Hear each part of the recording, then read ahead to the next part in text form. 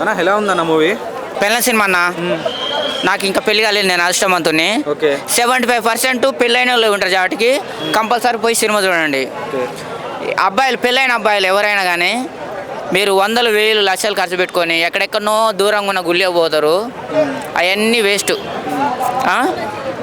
మీ ఇంట్లో ఉన్న పెళ్ళానికి మొక్కితే, మీ ఇంట్లో ఉన్న పెళ్ళానికి ఒకసారి నమస్కారం చేశారు అంటే రోజు ఉదయం పూట లేగానే ఎట్లాగో నువ్వు దేవుని కాడికి పోయి దండం పెడతావు కదా, ఇంట్లో ఉన్న నీ పెళ్ళానికి రోజు ఒకసారి దండం పెట్టినావంటే నీ జీవితం ప్రశాంతంగా ఉంటుంది అనేది అనిల్ రావుపూడి చూపించాడు. అదే అన్నా, అదే చూపించిండు అన్న. పెళ్ళని టార్చరు, నువ్వు పెళ్ళాన్ని గెలికినావంటే పెళ్ళని టార్చర్ అన్న ఆయన. అందు గురించి పెళ్ళాన్ని ఏమని మాకు సండే వచ్చిందంటే సినిమా తీసుకుపో, సిగారెట్ తీసుకుపో, కోపం వస్తే కాలు మొక్కు, నీ జీవితం ప్రశాంతంగా ఉంటుంది అని చెప్పేసి చూపించిండు. ఓవరాల్గా ఒక్క ముక్కలో చెప్పాలంటే ఇంకా ఇంత పోడు సోది అంటే చాలా ఉన్నది. ముక్కు స్టెప్ బాగున్నది. ఏంటి బాసు సంగతి అనే దాంట్లో కూడా అనిల్ రావుపూడి కనిపించాడు. వాళ్ళిద్దరి కంటే చిరంజీవి వెంకటేష్ కంటే ఆయనే అందంగా ఉన్నాడు. ఆయన చూడగా నాకు ఒకటి అనిపించింది, నేను కూడా సినిమా హీరోగా ట్రై చేస్తున్నా. అనిల్ రావు గారు, మీరు నన్ను హీరో పెట్టి సినిమా తీస్తారా లేకపోతే నేను హీరో పెట్టి నీ సినిమా తీయాలని చెప్పేసి ఒక నిర్ణయానికి రండి, లేకపోతే మీ ఇంటికి వచ్చి ధర్నా చేస్తా. ఎప్పుడు వచ్చినా ఇట్టే అన్న. ఇంతవరకు ఒక్క సినిమా కూడా ఫెయిల్ కాలేదు. ఎప్పుడు వచ్చినా ఇట్టే, రాజమౌళి వచ్చినా ఇట్టే, ఈయన వచ్చినా ఇట్టే, ఎప్పుడు వచ్చినా ఇటు కొడుతురు. సినిమా మాత్రం సూపర్, ఎక్కడ తగ్గలేదు. ఏదేమైనా కానీ ఓవరాల్గా చెప్పింది ఏంటంటే పెళ్ళం జోలికి పోకు, ఒకవేళ వచ్చినా సపోర్ట్ చేయకుండా మూసుకొని కూర్చో, అక్కడెక్కడనో దేవతకు మొక్కే బదులు ఇంట్లో ఉన్న పెళ్ళం దేవతకు మొక్కు అని చెప్పేసి చెప్పిండు. ఓవరాల్గా బాగుంది. సినిమా అయితే బాగుంది. రేటింగ్ ఎంతైనా ఇవ్వచ్చు. పెళ్ళంతో పెట్టుకోవద్దు. పెళ్ళానికి ఎంతైనా రైట్ టిక్కులు పెట్టాలి. మన తప్పైనా మనమే కాంప్రమైజ్ కావాలి, ఆమె తప్పైనా మనమే కాంప్రమైజ్ కావాలి.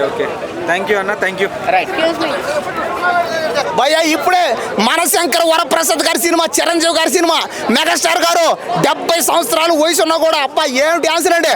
అదే మాసు, అదే గ్రేసు, అదే డైలాగులు, అదే కామెడీ, అదే రొమాన్స్. బాసు ఏమి రొమాన్స్, బాసు ఏమి రొమాన్స్. టైమింగ్ నయనతారతో చేసే రొమాన్స్ ఉంది భయ్యా. అబ్బా అబ్బా అబ్బా, నయనతార అంటే మా జనరేషన్ కూడా ఎక్కి చేసి నువ్వు అంతే ఇంకా. కాబట్టి నయనతార కూడా 16 ఏళ్ళ అమ్మాయిలాగే అబ్బా అబ్బా ఏముందా భయ్యా సినిమాలో.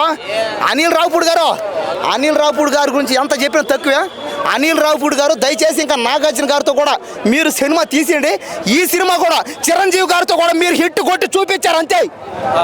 మీరు వెంకటేష్ గారితో, బాలకృష్ణతో, చిరంజీవితో, ఇంకా నాగార్జున గారు ఒక్కరితోనే ఉంది బ్యాలెన్స్. ఆయనతో కూడా తీయండి, ఇండస్ట్రీ హిట్ కొట్టేయండి.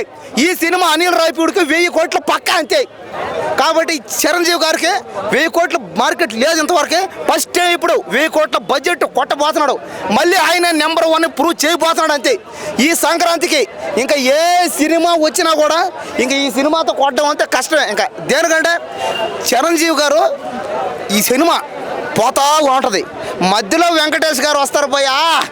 మధ్యలో వెంకటేష్ గారు వచ్చి సినిమా ఇంటర్వ్యూల తర్వాత లేపినాడు దాన్ని, ఎక్కడికో లేపేశాడు అంతే. ఇంకా ఇద్దరు కలిసి డ్యాన్స్ చేస్తుంటే బా అనుక్షణం ఇద్దరు కామెడీ డ్యాన్సులు, ఫైట్లు, అబ్బా అబ్బా ఏం ఫైట్లు రాయన.